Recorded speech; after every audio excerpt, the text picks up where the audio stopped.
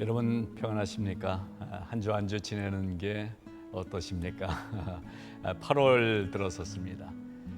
저는 7월 마지막 주 또 8월 첫 주가 되면 한국의 휴가철이 생각이 납니다. 미국하고 달리 한국은 대개 그 7월 말 8월 초에 휴가가 이제 집중되게 되죠. 그리고 교회의 모든 수양회, 수련회들도 이 8월 초, 7월 말 이때 집중돼 있던 것이 기억이 납니다. 한국에는 뭐 물난리도 많이 나고 여름다운 모습을 보여주고 있는데요. 전 세계적으로 그치지 않고 있는 이 팬데믹 상황이 우리의 마음에 알지 못할 우울감을 주고 있는 것 같긴 해요. 만나는 분들마다 뭔지 모르게 이렇게 좀 다운된다라는 얘기를 하는데요. 어떻게 일어설 수 있겠습니까? 결국 말씀을 읽고 또 서로 말씀을 쉐어하고 하는 이러한 만남들, 또 성경과의 만남을 통해서 우리에게 닥쳐오는 세상적인 일들을 이겨낼 수 있으리라고 믿습니다. 그래서 요한복음을 함께 읽어나가는 우리 면류관 성경대학 7장에 들어왔습니다. 그래서 오늘 말씀의 제목은요, 하나님의 때는 언제일까? 하나님의 때는 언제일까? 이란 제목을 정하고 요한복음 7장 1절부터 9절 말씀을 좀 본문으로 해서 7장에 있는 말씀을 좀 나누고자 합니다. 먼저 우리 성경 말씀을 같이 봉독하도록 하겠습니다. 요한복음 7장 1절부터 9절까지 말씀 같이 봉독합니다. 그 후에 예수께서 갈릴리에서 다니시고 유대에서 다니려 아니하심은 유대인들이 죽이려 함이로라. 유대인의 명절인 초막절이 가까운지라. 그 형제들이 예수께 이르되 당신이 행하는 일을 제자들도 보게 여기를 떠나 유대로 가소서. 스스로 나타나기를 구하면서 묻혀서 일하는 사람이 없나니 이 일을 행하려 하거든 자신을 세상에 나타내소서 하니 죄송합니다. 이는 그 형제들까지도 예수를 믿지 아니함이로라. 예수께서 이르시되 내 때는 아직 이르지 아니하였거니와 너희 때는 늘 준비되어 있느니라. 세상이 너희를 미워하지 아니하되 나를 미워하나니 이는 내가 세상의 일들을 악하다고 증언함이라. 너희는 명절에 올라가라. 내 때가 아직 차지 못하였으니 나는 이 명절에 아직 올라가지 아니하노라. 이 말씀을 하시고 갈릴리에 머물러 계시니라. 아멘. 이 말씀을 우리 본문으로 해서 하나님의 때가 언제인가? 예수님이 지금 말씀하시죠. 아직 내 때가 이르지 아니했다라고 말씀하고 계시잖아요. 그래서 하나님의 때에 대해서 우리는 가끔 궁금해합니다. 그리고 어떤 때는 그 하나님의 때가 오지 않는 것 같아서 답답해하고 마음 졸이기도 합니다.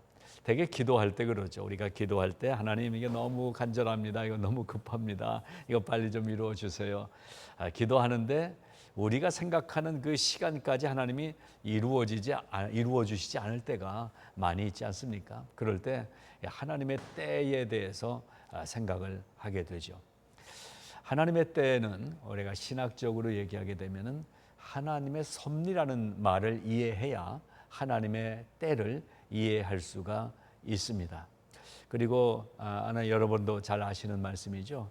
크로노스라는 단어와 카이로스라는 이 타임, 시간을 나타내는 이 두 개의 언어 속에 서로 상반된 부분이 무엇인지, 그리고 크로노스라는 시간이 무엇이고 카이로스라는 단어가 얘기하는 시간은 개념이 어떻게 다른지를 이해하는 것도 이제 오늘 하나님의 때는 언제일까라는 말씀을 보는데 도움이 될 것입니다. 아시겠지만 다시 한번 설명드리죠. 크로노스라는 시간은 우리가 얘기하는 시간이죠. 지금은 몇 시입니다. 또 오늘은 몇 월 며칠입니다. 요즘은 뭐 코로나 기간입니다. 이게 이제 우리가 피지컬적으로 또는 멘탈적으로 살면서 그 만나는 또 우리가 가고 있는 이 시간을 얘기할 때 크로노스다 이렇게 얘기를 합니다. 근데 이제 카이로스라는 시간을 얘기하는 단어는 이러한 우리의 한계가 있는 시간과 공간 안에서 얘기되는 시간을 초월하는, 뛰어넘는 영원의 시간, 즉 처음도 없고 끝도 없이 그냥 영원이신 하나님의 시간을 말할 때 카이로스라고 얘기를 하죠. 그래서 우리가 이 한 뭐 100년을 산다고 할까요? 100년 살고 가는 이 육체를 가진 인간인 내가 생각하는 나의 타임 스케줄과 하나님의 이 영원이라는 시작도 없고 끝도 없는 이 시간과는 어떻게 비교할 수가 없는 관계인 것입니다. 그래서 하나님의 때를 우리가 이해하게 되고, 그리고 하나님의 때가 진행되고 있다는 것을 믿는다는 것은 바로 우리의 믿음과 직결되는 이야기인 것입니다. 그래서 오늘 이 말씀은 예수님이 이제 형제들, 또 갈릴리의 옛날 친구들, 잘 아는 사람들, 이런 사람들과 같이 대화 나누는 중에 일어나고 있는 이 대화 속에서 우리가 하나님의 때를 한번 찾아보고자 하는 것입니다. 세상도 지금은 말세다라고 얘기하죠. 그래서 한자어로는 말세지말이다 이렇게 얘기하죠. 말세인데 말세가 여기부터 여기까지라면 말세 중에서도 거의 끝에 와 있다라고 세상에서도 그렇게 얘기하는 시대를 우리가 살고 있고, 성경도 이제 마지막이 가까웠으니 라고 얘기를 하고 있습니다. 그러면 정말 그 마지막 심판의 때는 언제일까? 이것도 우리에게 궁금한 인생의 이슈 중에 하나이고요. 또 살면서 각 가정별로, 아니면 여러분 개인적으로 뭔가 준비하고 뭔가 기대하는 그 시간이 있는데, 그 시간이 하나님의 때였으면 참 좋겠어요. 그러면 하나님이 그 시간, 하나님의 때와 나의 때가 딱 맞으면 얼마나 감사할까, 이런 생각도 하게 됩니다. 여러분은 지금까지 살아오시면서 어떠셨습니까? 저는 하나님의 때에 진행된 제 인생에 대해서 고백을 할 수가 있습니다. 저도 나름대로 저의 인생 계획을 세워봤죠. 뭐 중고등학교 때 많이 했지 않습니까? 뭐 20살 때까지는 어떻게, 또 뭐 30살 때, 뭐 50살, 나중에 환갑, 또 나머지 늙어서 죽을 때까지 전체적인 타임 스케줄을 이렇게 생각해 보기도 하면서 꿈을 꾸기도 하고 계획을 세우기도 했죠. 근데 제가 지금 돌아보니까 60여 년 삶이 제가 세운 플랜, 이 계획, 시간 안 맞은 것 같아요. 근데 돌아보니까 필요한 때마다 이 카이로스의 시간이 역사했더라고요.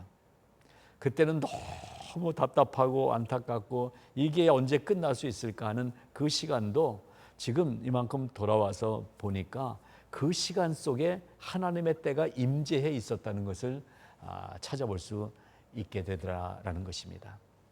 이민생활 우리가 다 살고 있지만 이민자들은 다 소설가라고 그러죠. 요즘 뭐 청문회 하면서 뭐 소설 쓰냐 막 이런 얘기 때문에 소설가 협회에서도 반발을 하고, 바로 그 소설이요.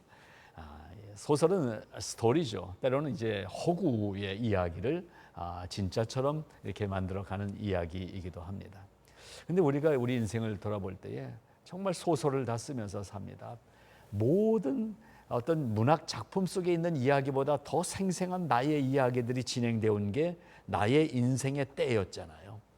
근데 가만 돌아보니까 그게 내 때에 맞춰서 진행된 게 아니라 하나님의 시간표 안에 진행되고 있었다는 사실을 깨달을 수만 있다면 우리는 믿음이라는 것을 확인할 수 있게 되는 거죠. 자, 오늘 그래서 그 말씀을 나눠보겠는데요.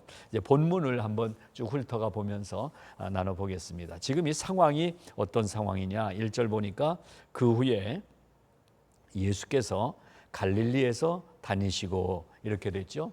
그 후에 이렇게 시작하니까 그 전에 무슨 일이 있었다는 얘기잖아요. 그 전에 있었던 얘기는 우리가 아는 대로 6장에 상당히 긴 71절까지 있는 긴 6장에서 여러 가지 이야기가 있었는데, 거기서 제자들에게 실제적인 영생의 이야기를 처음 시작한 그러한 말씀이기도 합니다. 그러니까 제자들과 이런 얘기를 나누면서 많은 가르침들을 주고 난 그 후에 예수께서 갈릴리에서 다니고 계셨다. 그러니까 갈릴리 지역으로 오셨다라는 거예요.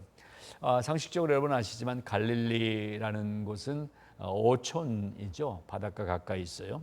또 유대 지방 어떤 도시라기보다는 갈릴리 시골입니다. 좀 시골 지역이었어요. 거기에 머물고 계셨다라는 거예요. 촌구석이죠. 그러니까 이 촌구석에 있었고 유대에 다니려 하지 않았다. 그래서 유대라는 것은 중심 도시를 얘기합니다. 이러한 사람들 많은 시내에 나가서 도시에 나가서 다니지 아니하시고 갈릴리 촌구석에 계셨다. 이유가 뭐냐? 1절 유대인들이 죽이려 함이로라 그랬어요. 예수님을 유대인들이 죽이려고 계획하는 일들이 있었다는 거죠. 그래서 그 자리에 올라가지 않고 이 갈릴리 촌구석에 머물러 계신 상황입니다. 근데 그 상황 속에서 2절 보니까 유대인의 명절인 초막절이 가까워오고 있어요. 이런 유대인의 명절은 지금 우리 한국에서는 추석 때다, 아니면 설날 때다, 그러면 다 이 본가로 부모님 계신 집으로 가기도 하고, 요즘은 트래픽이 많으니까 오히려 부모님들이 다 짐 싸들고 서울에 있는 자식들 집에 오기도 하지만 어쨌든 고향으로 내려가는 그러한 모습을 상상하시면 이 초막절이다, 아니면 이 유월절이다, 이렇게 이스라엘 백성들이 지키는 절기 때는 도시로 특별히 예루살렘 성전으로 올라가는 그러한 때였다는 것입니다. 근데 시골에 지금 속된 말로 처박혀 있는 상황이란 말이에요. 촌구석에. 근데 지금 많은 사람들이 도시로 올라가는 절기가 다가오고 있어요. 초막절이 가까운지라. 그러니까 예수님은 괜찮으신데 주변에서 지금 뭐 얘기를 시작한 거예요. 그게 이제 3절 이하에 예수님의 형제들이 하는 얘기들입니다. 예수께 이르되 3절 당신이 행하는 일을 제자들도 보게 여기를 떠나서 유대로 가소서, 이렇게 얘기하고요. 그리고 4절에 보게 되면 스스로 나타나기를 구하면서 시골에 묻혀서 일하는 사람이 어디 있습니까? 이 일을 행하려거든 자신을 세상에 나타내소서, 이렇게 부추기고 있는 모습입니다. 자, 1절, 2절 말씀을 보면서 우리는 인간의 속성이라는 것을 생각해 보게 됩니다. 지금 형제들, 제자들도 그렇고 예수님의 형제들, 가까운 친척들도 예수님이 어렸을 때 봤을 때 알잖아요. 어렸을 때 모습. 근데 뭔가 대단한 일을 막 하는 것 같아요. 예수님이 가는 곳에 사람들이 모이고 때로는 뭐 병자도 고치고 기적을 일으키고 이런 일들을 한단 말이에요. 근데 그게 아직까지는 실제 뭐 예수님에 대해서 대단한 어떤 초인적인 그런 힘을 가졌다, 뭐 이런 것까지는 생각을 안 했고요. 근데 뭔가 뭘 어떻게 하는지 어쨌든 사람들을 모이고 이렇게 있어요. 그러니까 요즘 말로 뭐냐면, 야 철수야, 너 국회의원 나가라, 너 인기 있잖아, 국회의원 나가라, 이런 얘기를 하고 있는 거예요. 국회의원 나가려면은 여기 촌구석에 있으면 안 되고 그래도 서울로 올라가야 돼, 중심으로 가야 돼, 이렇게 부추기고 있는 모습이 3절 4절의 모습인 거죠. 그러면서 또 한편에는 조롱하는 마음도 있었어요. 아직 예수님의 이 정체에 대해서 모르잖아요. 그러니까 너 예수 그렇게 잘한다며, 뭐 사람들도 고치기도 한다며, 뭐 기적도 나타낸다며, 그러면 정말로 그 도시에 가가지고 그런 일들을 짠짠 막 보여줘봐. 그래야 우리한테 떡고물이라도 떨어지지. 뭐 이런 얘기는 없지만 그런 마음도 있었다라는 이 얘기입니다. 자, 이러한 상황들이 만들어진 거예요.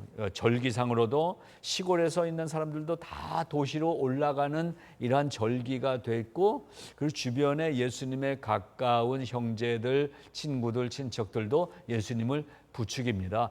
예수, 지지아스, 너 정말 잘해. 할 수 있을 거야.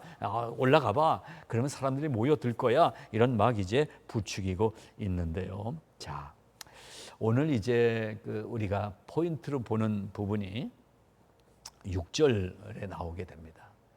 근데 지금 막 부추기는 사람들의 상태, 영적인 상태를 성경이 한 줄을, 사도 요한이 한 줄을 써놨어요. 5절.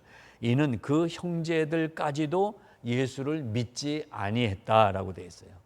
여러분, 좀 아이러니하지 않습니까? 예수님이 그런 분이라면 형제들부터 믿어야 되잖아요. 우리 형제인데. 대개 우리 목사님들 중에 개척할 때 형제들이 도와줘서 이렇게 시작하는 분들도 많이 있습니다. 뭐 가까운 사람들이 도와주죠. 지금 그래야 되는데 이 형제들도 예수님을 믿지 않는 거예요. 예수님을 모르니까. 예수님이 정말 하나님의 아들이심을.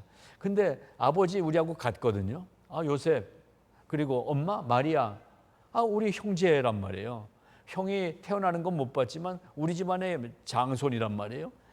근데 이분이 뭐 세상에 나가서 뭐 대단한 기적을 행하고 이러는 게 믿어질 수 없는 거 이해를 좀 하게 됩니다. 그러다 보니까 정말 그렇다면 도시로 올라가서 한번 짠하고 우리 가문 좀 쫙 펴지게 뭔가 좀 큰일을 좀 해보시오 형님, 이런 상황인 거예요. 가까이 있어도 믿지 않을 수 있다라는 것을 여기서 보여주죠. 혈연 관계일지라도 믿지 않을 수 있다라는 것입니다. 여러분 형제들하고 잘 지내십니까? 형제들이 정말 우애가 있는지는 부모님이 돌아가시면 알게 되죠. 부모님이 돌아가시고 나면 형제들이, 부모님이 어느 한 분이라도 살아계시면 그래도 뭐 언제라도 모여요. 근데 정말 부모님이 안 계시면 형제들끼리 이렇게 모이기들이 쉽지 않더라고요. 자, 이 형제들도 예수를 믿기가 쉽지 않았던 것 같아요. 그래서 우리가 전도할 때 낙심하지 말아야 됩니다. 그래서 선을 행하다가 낙심하지 말지니 때가 이름에 거두리라 그랬어요. 전도하는 일, 한 영혼을 하나님께로 인도하는 일이 얼마나 축복된 일입니까? 근데 우리가 전도하다가 좌절할 때가 많습니다. 여러분, 전도하는 사람들마다 그러냐고, 그런 소식이 있냐고, 그 복음 나도 받자고 이렇게 나오는 사람이 몇 명이나 있습니까? 우리가 전도하면 대부분 무시당하기도 하고, 알아서 내가 나중에 믿을게, 난 죽기 바로 전에 난 믿을 거야, 뭐 이런 반응들 아닙니까? 그러면 우리가 그만둬야 됩니까? 아니에요. 형제들도 안 믿는 예수를 믿는 거예요. 그 가까운 피부치도 믿을 수 없는 그 복음의 핵심을 우리가 믿고 있는 거예요. 그러니까 내가 지금 예수 믿고 있다는 사실이 어떻게 보면은 엄청난 일을 지금 하고 있는 거예요. 우리가 예수님을 보기나 했습니까? 우리 여러분 부모 중에 뭐 어려서부터 교회를 다닌 그런 분들이 얼마나 많습니까? 우리가 한민족이지 유대민족도 아니에요.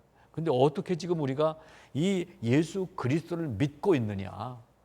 그 형제들도 안 믿었는데. 하나님의 은혜입니다.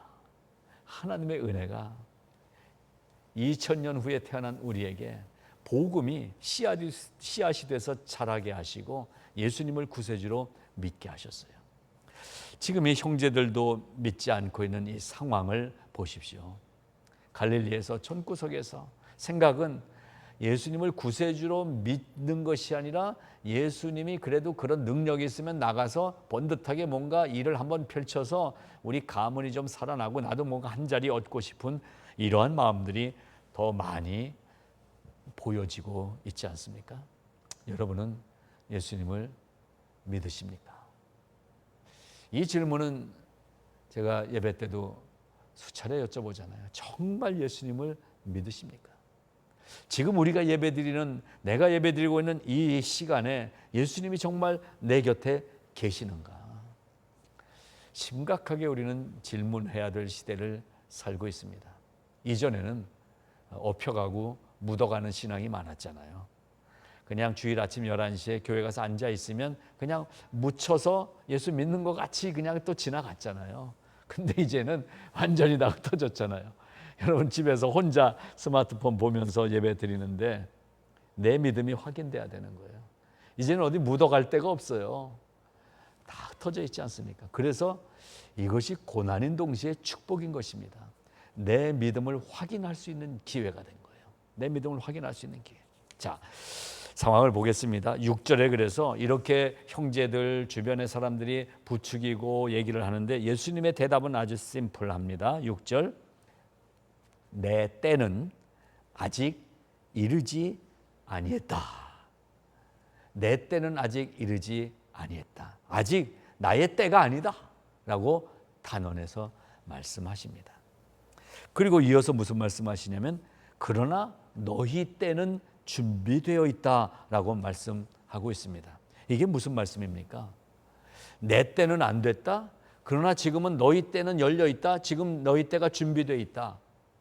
믿음이라는 단어를 통해서 이 두 개의 예수님의 내 때와 우리의 때가 믿음이라는 이 다리를 통해서 연결시켜주는 말씀이 6절 말씀인 것입니다. 여기서 예수님의 때라는 것은 제가 직접적으로 말씀드리겠습니다. 구원의 때를 뜻합니다. 예수님을 구세주로 믿고 영원한 영생을 얻고 영원한 천국을 소유한 자로 살아가는 그 믿음의 그 자리에 아직 예수님의 때가 이르지 아니했다는 것은 지금은 복음이 전해지는 시기다. 이 복음을 받아들이고 있어라. 그러면 이 구원의 때, 그날이 올 것이다 라고 얘기를 하고 있습니다. 그래서 이 구원이라는 것을 그날이 올 것이다.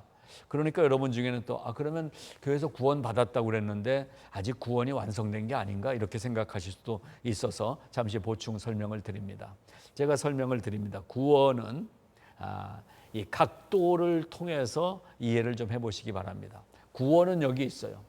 그래서 성경에 있는 대로 마음으로 믿어 또 입으로 시인하여 의에 이르고 마침내 구원을 얻는다라고 얘기했어요. 그래서 우리가 예수님을 소개받아서 어느 날인가 예수님이 나의 구세주인 것을 확인하게 되고 예수님은 나의 구세주십니다 믿음으로 고백하면 그날 우리는 구원을 받은 거예요. 이 구원은 우리가 앞으로 예수 더 잘 믿고 교회 열심히 다니고 성경 많이 읽으면 이 구원이 완성이 돼가는 이 아직 미완성인 구원을 받은 게 아니라 내가 예수님을 믿는 순간 내가 고백한 이 믿음은 완전한 거예요. 완전한 거예요. 다 이루어진 거예요.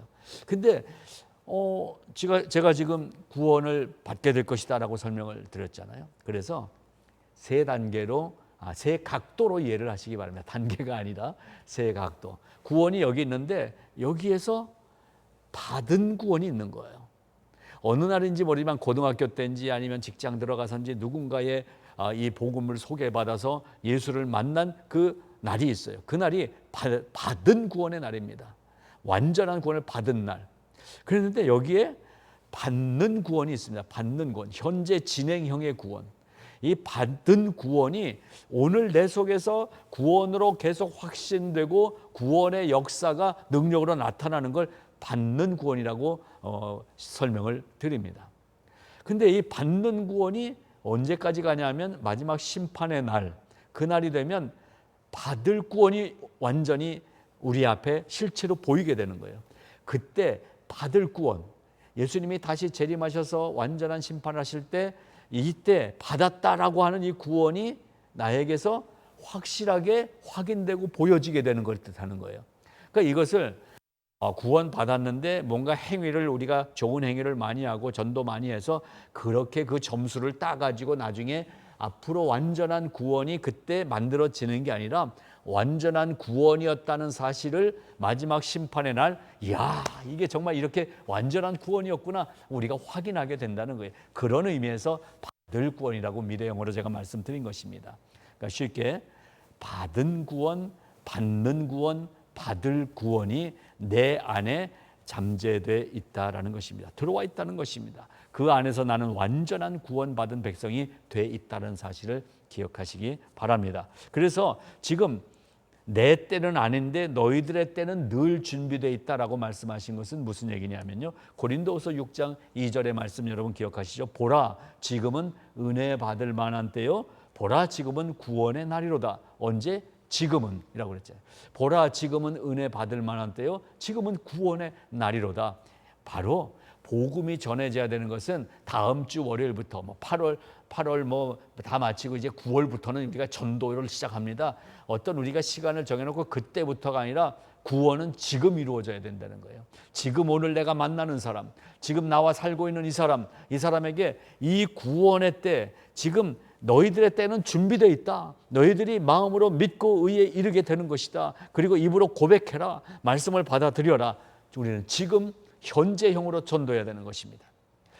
교회 오세요. 교회 와서 예수 믿다 보면은 말씀 듣다 보면은 이제 구원을 받게 돼요. 이렇게 미래형으로 얘기하는 게 아니라 전도는 예수 믿으면 지금 구원이 임하는 것입니다. 현재형으로 전도해야 되는 것입니다. 바로 이것을 오늘 예수님의 대답 속에서 우리는 찾아내야 되는 것입니다. 다시 한번 읽어드리겠습니다.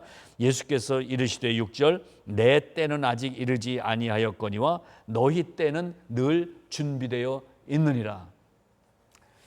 많은 분들이 이제 혼자 예수를 믿는 분들이 계시죠. 특별히 여성분들이 많으시죠. 남편이 아직 세상에 너무나 재밌게 살고 계세요. 그러면 언제 이 남편을 전도해야 될까요? 나중에 리타이어 한 다음에 그러면 또 우리 한국 가요 가사 제목이 생각나요. 때는 늦으리. 때는 늦을 수 있어요. 때는 언제래요? 지금 늘 준비되어 있느니라. 오늘 입을 열어서 전도해야 되고요. 그리고 가까운 사람들에게는 말로 전도가 잘 안 됩니다. 뭘로 해야 돼요? 가까이 있는 사람들에게 전도하기가 더 어렵잖아요. 왜? 내 삶의 행동으로 보여줘야 되니까. 내가 잘 살아야 되는 거예요. 내가 사는 모습을 보고 나를 보고 있는 남편이, 나를 보고 있는 누군가가 야, 예수 믿으니까 저렇게 사람이 변화가 되네. 이런 것을 보여줄 수 있어야 된다는 거죠. 그래서 우리가 지금 오늘 잘 살아야 되는 거예요. 그게 오늘 준비되어 있는 때라는 거예요. 오늘 내가 정말로 성실하게 신실하게 사랑하며 용서하며 어떻게 사람이 저럴 수가 있어 할 정도로 세상에 이목을 집중시킬 만한 그러한 이 인격과 그리고 영적인 어떤 가치관들을 가지고 살아가야 된다는 것이 바로 오늘 우리에게 준비된 지금 열려있는 오늘의 때라는 것입니다. 자, 그래서 오늘 이 예수님이 대답하신 말씀의 의미를 한번 찾아보면요, 예수님이 지금 왜 내 때는 아직 이르지 않았다, 지금 너희 때는 지금 열려있다라고 말씀하신 그 이유, 의미가 뭔가 한번 설명을 해드리겠습니다. 첫째로 예수님의 모든 일은 예수님이 단독으로 하시는 게 아니라 삼위일체 하나님, 특히 성부 하나님이 하시는 일이라는 것을 밝히기 위해서 내 때가 아직 이르지 않았다라고 겸손하게 말씀하신 것입니다. 예수님도 성자 하나님이시지만 성부 하나님의 뜻이 아직 그 때가 되지 않았다. 그래서 하나님이 지금 이게 하고 계신 일이다. 이것을 얘기하고 있습니다. 그러니까 너희들이 보는 이 목수 집안에서 태어난 요셉의 아들 예수, 나는 여러분과 같이 같은 부모 밑에서 자란 형제인 큰형인 나를 볼 때에 인간으로 보지 말고 내 때가 아니다라는 것은 내 속에서 역사하고 계시는 하나님, 성부 하나님의 이 내가 또한 구원자로서 온 나의 메시아적인 사명, 이것을 지금 얘기하고 있는 것입니다. 이 때가 돼야 된다. 지금 뭐 하고 싶으면 하고 기분 좋으면 하고 하는 이런 세상 일이 아니다. 그래서 내가 갈릴리에 있고 싶어서 있는 게 아니라 예루살렘에 가고 싶을 때 가는 게 아니라 성령이 인도하실 때 우리는 움직여야 되는 것입니다. 여러분, 그렇습니다. 우리는 기분파 그리스도인들이 너무나 많은 것 같아요. 기분 좋을 때는 교회에서도 밥도 잘 사고 좋아요. 근데 한번 틀어지면 기분이 엉망이잖아요. 그러니까 누굴 욕하고 이런 모습들이 너무나 많았잖아요. 우리는 어떻게 사는 사람이냐? 성령의 인도하심을 따라 사는 사람이 돼야 돼요. 그게 바로 예수님이 대답하는 의미에 있는 하나님께서 진행하시는 하나님의 마음을 우리가 알고 살아가는 것이다라는 것입니다. 자, 두 번째, 예수님은 이 땅에 인자로서 오셨습니다. 즉 인성을 가지신 하나님으로 오셨다는 거예요. 그래서 예수님은 인자로서 이 세상에 오신 그 목적을 정확하게 알고 계셨기 때문에 여기 1절에 보게 되면 유대에 왜 도시에 올라가서 안 갔냐 하면은 유대인들이 죽이려고 하기 때문에 안 갔다고 말씀하시잖아요. 그러니까 이 죽는 것도 하나님의 때가 있다라는 것을 예수님이 인자로서 알고 계신 거예요. 그때는 언제예요? 이 십자가의 고난을 통과하신 후에 십자가에서 매달려서 돌아가시면서 마지막 이 모든 구원을 완성해 놓으시고 가셔야 되는 그때가 있다는 사실을 예수님이 알고 계셨다는 거예요. 이제 막 복음을 전하기 시작했는데 이제 잡혀서 덜컥 죽어버려서는 안 된다는 것을 예수님이 알고 계신, 당신이 구원자로 오신 목적을 분명하게 알고 계셨다는 사실, 그래서 이런 말씀을 하셨다는 것입니다. 그래서 지금까지 예수님은 하나님의 때와 뜻에 맞추어서 살아오셨습니다. 30년 개인의 생활을 준비하시면서 성전에 올라가서 율법사들과도 대화하고 이런 총명함도 보이시면서 이 인생의 30년을 인간으로서 살아오시면서 영적인 것을 준비하셨어요. 그랬다가 이 30살이 되셨을 때 드디어 세례 요한을 통해서 하나님의 구세주 메시아가 선포될 이때에 나타나신 게 하나님의 시간과 하나님의 때였다라는 말씀입니다. 그걸 알고 지금까지 살아오신 것처럼 이제 앞으로 내가 이렇게 사람들이 나에게 막 모여들고 내가 기적을 행하고 막 빵도 만들어서 주고 막 사람 병자도 고치고 하는 이러면서 그러면서 어떤 정치적으로 내 입지가 만들어지고 그래서 이 이스라엘의 이 로마 황제도 하지 못하는 이 천지를 움직일 수 있는 이 기적 같은 일들을 내가 할 수 있는데 이거 가지고 세상을 정복하는 쪽으로 방향을 잡은 게 아니라 지금까지의 시간도 하나님의 때에 맞춰서 걸어왔던 것처럼 앞으로도 하나님의 세우신 구원 계획의 때는 고난을 통과해야 되고 그리고 십자가를 넘어서야 되고 죽음을 통과해서 부활을 통과해서 나와야 구원이 이루어진다는 이 사실을 예수님이 알고 계신 하나님이셨다는 사실이라는 것입니다. 그래서 오늘 예수님이 대답하신 말씀의 의미 속에는 이러한 것들이 담겨져 있다라는 것을 기억하시기 바랍니다. 그래서 아까 이제 형제들이 막 예수님 올라가라고 막 했을 때 형제들의 속마음을 제가 잠시 말씀을 드렸죠. 형제 중에 누가 한 명 잘 되면 뭔가 같이 좀 묻어서 어떻게 좀 될 수 있을까. 저는 여기서 좀 재밌는 생각을 했습니다. 그래서 여러분에게 제가 가끔 농담처럼 얘기했지만 제일 신나는 인생은 어떤 인생인가?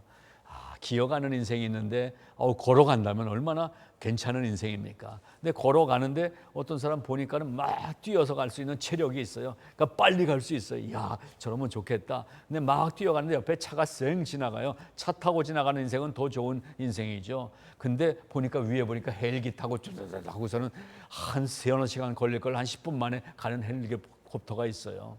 자, 그러면 누가 제일 멋진 인생을 산 것입니까? 기어가는 인생보다 헬기 타고선 간 인생이 정말 멋지게 인생을 산 사람이잖아요. 세상적인 관점에서. 근데요, 이 헬기에 자기가 닦고 조이고 기름치고 내 헬기니까 그러고서는 운전대 잡고 조종을 하면서 가는 사람보다 더 괜찮은 인생은 뭐예요? 그렇게 준비해 놓은 헬기 딱 뒷자리에 앉아서 가는 사람이잖아요. 묻어가는 인생. 여러분, 세상에도 묻어가는 인생은 좀 편하게 가더라고요. 근데요, 진짜 좋은 데 묻어가야 돼요. 어디 묻어가야 돼요? 예수 그리스도의 보혈에 묻어가는 인생이 영생의 인생이 된다는 사실을 제가 말씀드렸습니다. 그래서 예수님이 단호하게 대답하신 것입니다. 내 때가 아직 아니다. 하나님의 때와 하나님의 뜻을 기다려야 한다. 그러면서 어떤 이적을 행하시든지 나의 때라고 주님이 말씀하신 적이 없다는 것을 우리가 기억합니다. 예수님은 언제나 아버지의 때가 있다는 것을 말씀하셨어요. 내 때가 아니다. 하나님의 때와 하나님의 뜻을 기다려라. 하나님의 때가 임할 것이다. 이걸 가르쳐 주셨습니다. 자, 그래서 결론입니다. 하나님의 때는 그러면 과연 언제인 것인가? 여러분 궁금하시지 않습니까? 하나님의 때는 정말 언제예요? 자, 그래서 제가 첫 번째로 모든 인생들에게는 언제나 하나님이 허락해 놓으신 때가 준비되어 있다는 것을 믿으시기 바랍니다. 이 세상에 인간은 자기의 때를 인생을 자기가 계획해서 자기 뜻대로 갈 수 있는 사람은 한 명도 없어요. 내가 철저하게 준비했어도 상황이 바뀌어요. 시대가 바뀌어요. 이러면서 준비한 것도 다 놓칠 수가 있어요. 제가 아는 분은 정말 발명을 많이 하셨는데요. 60년대에 막 발명을 해서 그 어떤 특허도 받고 이러셨어요. 근데 문제는 뭐예요? 너무 빨리 개발을 했어요. 아직 그 시대가 아닌데 그런 걸 개발했어요. 자동 안마기 뭐 이런 거. 그러니까는 너무 일찍 개발해서 안 되는 거예요. 그러니까 사람이 아무리 두뇌가 발전했고 지혜가 있고 지식이 있어도 하나님이 허락하신 때가 있다라는 것을 기억하시기 바랍니다. 그래서 이 하나님의 때에 대해서 오늘 7절 말씀이 설명하고 있습니다. 7절을 한번 읽어보겠습니다. 세상이 너희를 미워하지 아니하되 나를 미워하나니 이는 내가 세상의 일들을 악하다고 증언함이라. 이렇게 되어 있죠. 이것을 조금 쉬운 성경으로 풀어서 읽어드릴 테니까 여러분 7절 한번 보십시오. 저는 읽어드릴게요. 인생들아, 너희에게는 언제나 너희들의 때가 있다. 너희가 지금 너희들의 눈앞에 있는 나를 믿기만 하면 바로 영생을 얻게 되니 지금이 너희 때가 아니고 무엇이냐? 너희가 나를 믿는다고 해서 세상이 너희를 미워하는 것은 불가능하다. 내가 벌써 이 세상이 너희를 미워하지 못하도록 세상의 행사 곧 나를 믿는 자를 미워하는 것이 나쁘다고 내가 결정해 놓았다. 이렇게 쉽게 해석한 그 말씀이 있더라고요. 자, 하나님은 하나님의 때를 준비를 다 해놓으셨다는 것입니다. 미움을 받을 때가 있는 거예요. 근데 이 세상의 미움을 받음으로써 세상의 일들은 악한 것이라고 하나님이 벌써 얘기해 놓으셨다는 거예요. 내가 세상의 일은 악하다고 얘기하지 않았느냐? 그 악한 세상이 나를 미워하면 악은 선을 미워하는 거 아니냐? 바로 그 얘기를 합니다. 즉, 이 세상에서 구원받은 백성이 된다는 것은 이 세상의 구원을 방해하는 악의 무리, 사탄의 무리로부터 미움을 받게 된다는 것을 말씀하고 있어요. 그래서 이것을 기준으로 해서 하나님의 때는 그러면 언제인가? 이사야서 59장 1절 말씀을 여러분 기억하시죠? 여호와의 손이 짧아서 구원하지 못하심도 아니요 귀가 둔하여 듣지 못하심도 아니라 라고 되어 있어요. 세상이 우리를 미워한다는 건 무엇입니까? 고통을 당하는 거잖아요. 하나님 그래서 고통을 빨리 지나가게 해주세요. 이 어려움이 끝나게 해주세요. 이 팬데믹 상황이 끝나게 해주세요. 우리가 막 기도하는데 왜 이렇게 백신 개발도 안 되고 또 이렇게 우리 가정의 어려움들이 지속될까? 하나님은 정말 살아계시나? 막 이렇게들 생각하지 않습니까? 그때 바로 이 이사야 59장 1절 말씀을 기억하시기 바랍니다. 여호와의 손이 짧아 구원치 못하시는 것도 아니고 귀가 둔해서 듣지 못하시는 것도 아니라 하나님이 정하신 크로노스의 이 시차별 시간대별로 진행되는 역사가 아니라 크로노스를 넘어선 하나님의 카이로스 영원의 시간 속에서 하나님은 지금 이 상황을 보고 계시다라는 말씀인 것입니다. 그러니까 여러분 답답하고 어렵고 그리고 무거운 짐 같은 일이 있을 때에 이 하나님의 때를 보는 그러한 눈을 여시기 바랍니다. 하나님의 이 넓은 끝없는 이 하나님의 때에 바로 요 정말 티끌 한 점 받아도 못한 나의 인생의 문제 때문에 너무 고민하지 말고 이것 때문에 너무 상심하지 말고 영원이신 하나님을 바라봐야 그것이 하나님의 때를 보는 눈이 열려야 이때도 하나님이 일하고 계시다라는 것을 알게 되고 믿게 된다는 것을 말씀드립니다. 자, 그래서 가장 복된 위로의 말씀은 무엇이냐면요. 예수님이 오늘 말씀해 주신 말씀 중에 가장 복된 말씀은 예수를 믿을 수 있는, 즉 복음을 받아들이고 구원받을 수 있는 시간은, 즉 하나님의 때는 여기 뭐라고 되어 있어요? 지금은 너희 때는 늘 준비되어 있다. 하나님께서 오픈해 놓으셨다는 거예요. 구원의 때를 오픈해 놓으셨다. 하나님의 때가 언제냐? 우리는 지금 왜 안 해주시냐고, 지금 답답하다고, 지금 무섭다고, 지금이요 빨리요 이러는데 하나님이 침묵하시는 것 같으십니까? 하나님의 침묵은 귀가 둔해서도 아니고 손이 짧아서도 아니라고 말씀하신 것처럼 오픈이 돼 있는 거예요. 지금 무엇을 우리가 갖춰야 돼요? 믿음을 갖춰야 되는 거예요. 하나님의 때가 분명히 준비되어 있다는 믿음을 가질 때 지금 이 묶여있는 상황에서 짠 하고 빠져나오는 경험을 하실 수 있게 될 것입니다. 하나님은 그렇게 역사해 주십니다. 믿음은 모든 상황을 이기게 하고 믿음은 모든 상황으로부터 탈출시켜주는 힘이 있더라고요.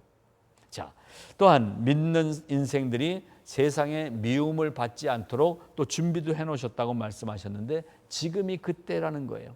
인생들은 예수를 믿지 않을 핑계가 너무나 많아요. 이러니까 나 교회 안 다닌다고. 이러니까는 예수 안 믿는다고.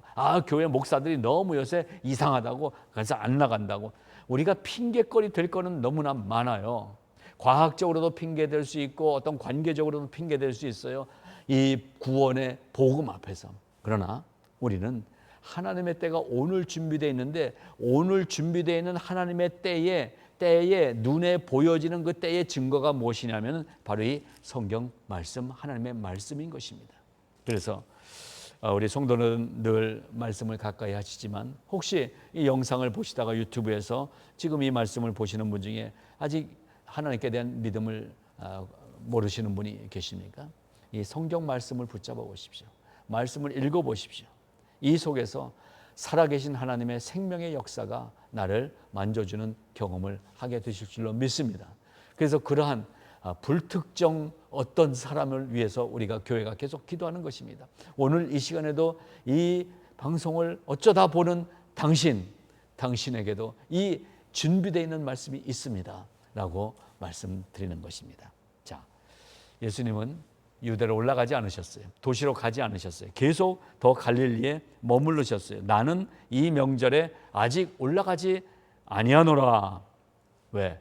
하나님의 때를 살시기 때문에 이 명절이다, 교회에서 지키는 절기다, 이런 거에 묶이지 않는다는 거예요. 그래서 이 기간 동안에도 하나님의 때를 기다리며 갈릴리에 더 머물러 계신다고 말씀하시죠. 이 말씀을 하시고 갈릴리에 머물러 계시니라. 전 가만히 읽으면서 이 9절 말씀이 은혜가 되더라고요. 저도 목사로서 이렇게 자꾸 앞에 나서는 자리, 뭔가 또 이루어지면 이렇게 뭐 조명도 받는 자리, 그런 자리 얼마나 좋습니까? 근데 예수님은 촌구석 갈릴리에 다들 그 정도면 올라가서 한번 붙어볼 수 있어. 한번 모이면 대중집회 한번 성공할 수 있어요. 다 나를 부추기는 이 상황 속에서도 나는 올라가지 않겠다. 갈릴리에 머물러 있을 수 있었던 예수님의 결단, 이것이 우리에게 필요한 시대를 살고 있습니다. 교회가 너무 경박해졌잖아요. 교회가 너무 가벼워졌고 교회가 너무 폼 잡는 일에 치중했었잖아요. 그래서 억지로라도 이 팬데믹 기간 동안에 예수님의 갈릴리에 머물러 계시는 그 자리를 한번 들여다보실 수 있기를 바랍니다. 하나님은 그 자리를 우리에게 준비해 주십니다.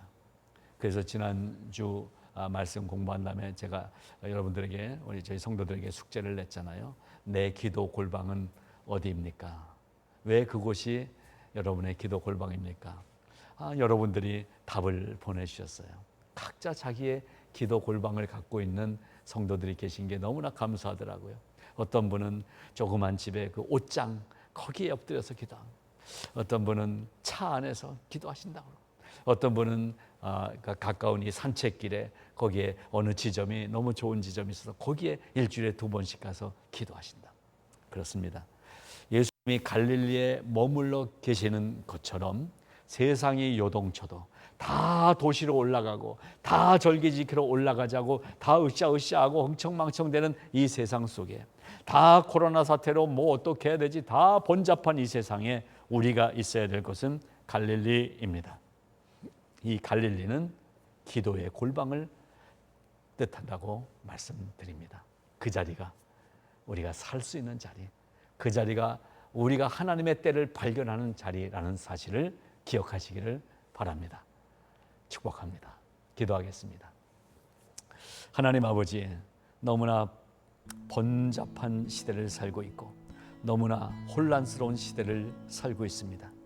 때로는 너무나 두렵고 알 수 없는 우울감이 지배하는 시대를 살고 있습니다. 그래서 누구라도 사람을 따라가고 싶고 어딘가 어떤 좋은 곳이 있지 않을까, 어떤 해결할 방법이 있지 않을까 다 찾아 나서는 이 시대에 하나님, 우리는 예수님이 지금 결정하신 것처럼 다 올라가는 이때 나는 갈릴리에 머물러 있겠노라. 우리의 기도의 골방에 머물러 있는 지혜를 주시옵소서. 기도의 골방에서 하나님의 때가 언제인지 알 수 있는 지혜를 얻게 하여 주시옵시고, 영안이 열려져서 그 하나님의 때가 보여지는 축복도 허락하여 주시옵소서. 어려운 때에 건강 잃는 성도들 한 명도 없게 하여 주시옵시고, 강건한 육체와 그리고 강건한 믿음으로 이 시대를 이기는 우리 모든 성도들 다 되게 하여 주시옵소서. 예수님의 이름으로 감사하며 기도드리옵나이다. 아멘. 네, 오늘 요한복음 7장 말씀 함께 나눴습니다. 하나님의 때, 그때가 우리가 하나님을 찾아간 그때하고 같더라고요. 좋은 시간 되시기를 바랍니다. 감사합니다.